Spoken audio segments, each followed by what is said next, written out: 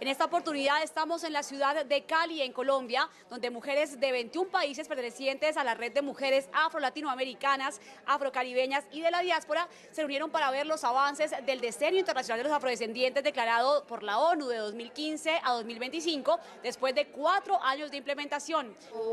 Estas mujeres entonan uno de los cantos tradicionales del pueblo garífuna, una comunidad de ascendencia africana que cuenta con su propio idioma y se extiende a lo largo de 5 países de Centroamérica, principalmente Belice, Honduras, Guatemala y Nicaragua. Como ellas, las mujeres afrodescendientes en América Latina presentan una enorme diversidad cultural, pero al mismo tiempo forman parte de una sola diáspora que comparte la misma procedencia y la misma herencia.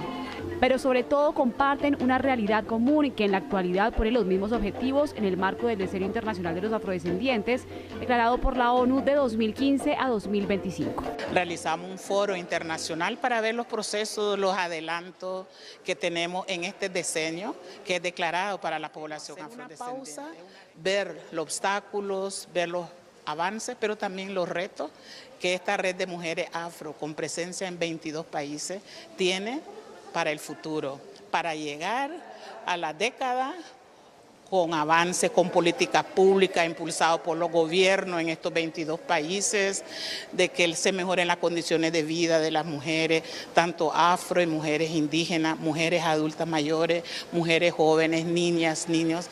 Queremos que haya política pública bien direccionada, podríamos decir, hacia la población afro. ¡El decenio avanza! La población afrodescendiente de México estamos peleando por el reconocimiento constitucional en nuestro país. Desde hace 10 años hemos aplicado 9 iniciativas de ley a la Cámara Baja y a la Cámara Alta para que se nos reconozca legal y constitucionalmente.